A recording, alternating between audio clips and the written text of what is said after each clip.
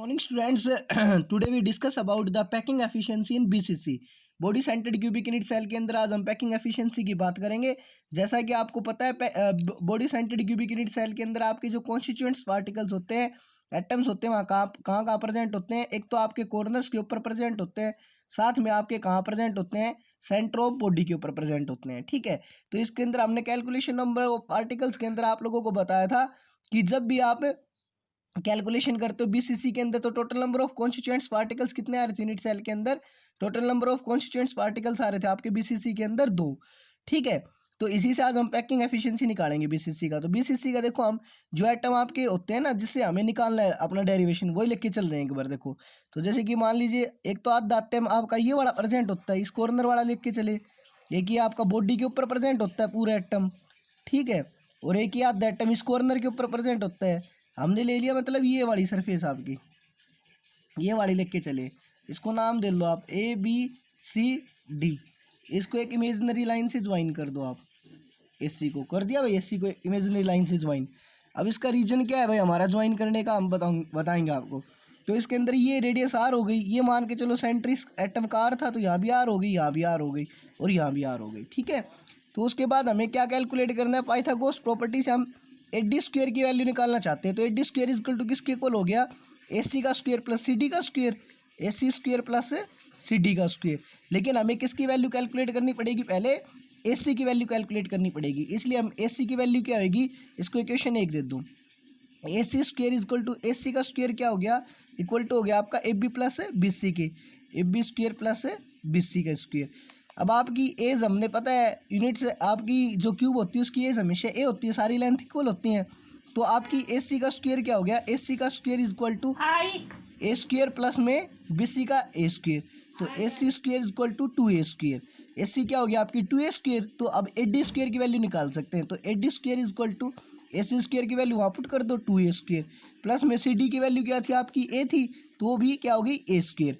AD क्या हो गया आपका R plus R plus R plus R, AD 4R हो गया, तो 4R का स्क्वायर कर दो, इक्वल टू कितना हो गया 3A स्क्वायर।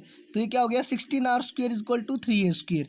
तो यहाँ से आपकी A की वैल्यू क्या आ गई भाई क्लास, आपकी A की वैल्यू आ गई यहाँ से 16/3R square equal to A square.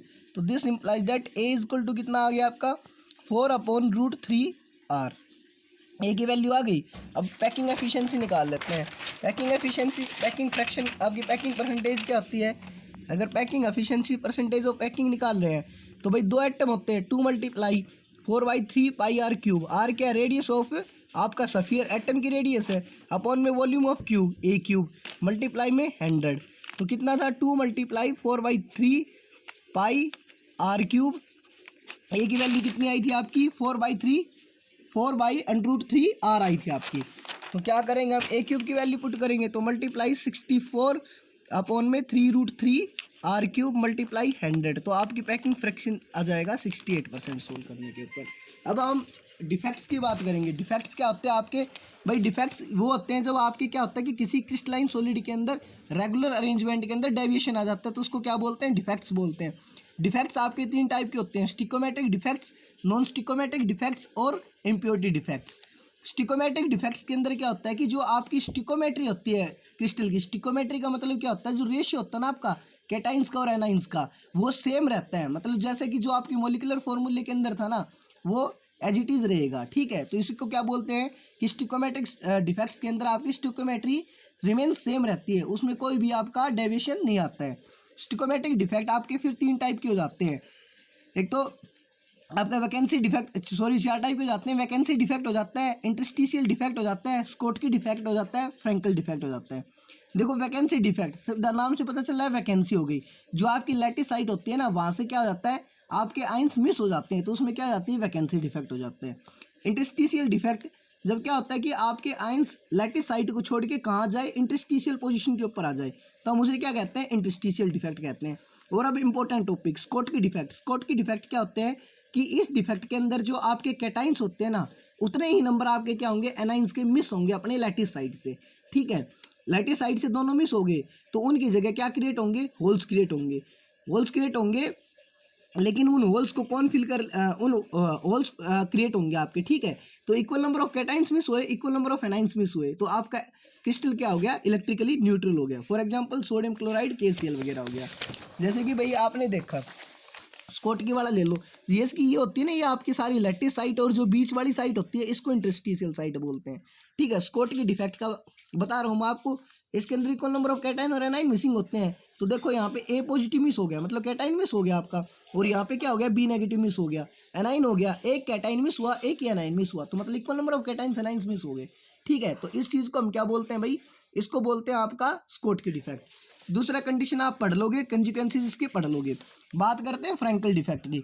तो फ्रैंकल डिफेक्ट के अंदर क्या होता है भैया आपका, कि इसके अंदर आपके ये डिफेक्ट के अंदर आपका होता है कि जो आपका कैटाइंस होते हैं फिर सर्टेन आइंस क्या करते हैं इसके अंदर, कि वो अपने नॉर्मल साइड को मतलब लैटिस साइड को छोड़ देते हैं और कहाँ पे आ जाते हैं, वो अपनी इंटरस्टिशियल साइड के ऊपर। मैंने बताया था कि आपकी ये लैटिस साइड होती है और ये जो इनके बीच में स्पेस होता है इसको इंटरस्टिशियल साइड बोलते हैं, ठीक है। तो ये यहाँ पे क्या हुआ कि इस कैटाइन ने अपनी लैटिस साइड को छोड़ दिया और कहाँ आ गया, इंटरस्टिशियल साइड के ऊपर आ गया, ठीक है, यहाँ पे आ गया। तो इस टाइप से जो डिफेक्ट क्रिएट होते हैं उनको हम क्या बोलते हैं, फ्रैंकल डिफेक्ट बोलते हैं।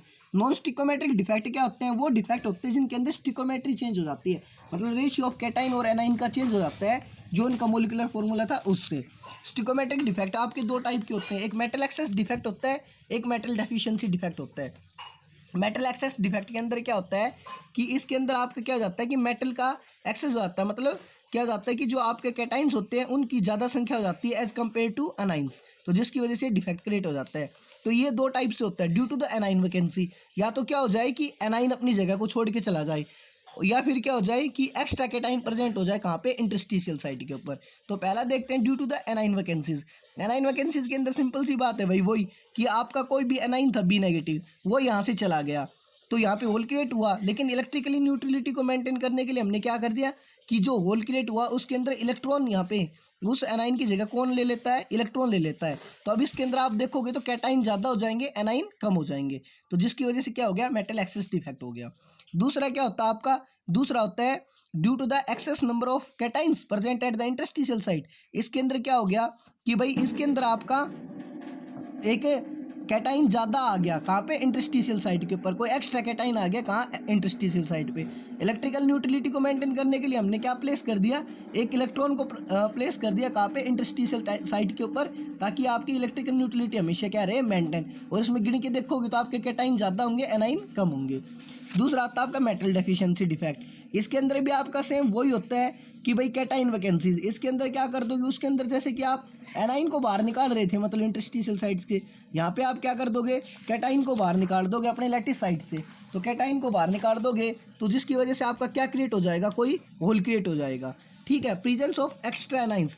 या फिर आप वही उसी की तरह क्या करोगे कि आप इंटरस्टिशियल साइड के ऊपर एक्स्ट्रा एनाइन को प्रेजेंट करवा दोगे, ठीक है। तो उसकी वजह से भी क्या हो जाएगा आपका, और जो आपका कैटाइन होगा उसके ऊपर ज़्यादा एक चार्ज और फालतू आप लगा दोगे, तो जिससे इलेक्ट्रिकल न्यूट्रलिटी भी मेंटेन होती रहेगी आपकी, ठीक है। ये थे आपके डिफेक्ट्स। आपकी unit complete. Thank you, have a day, good day.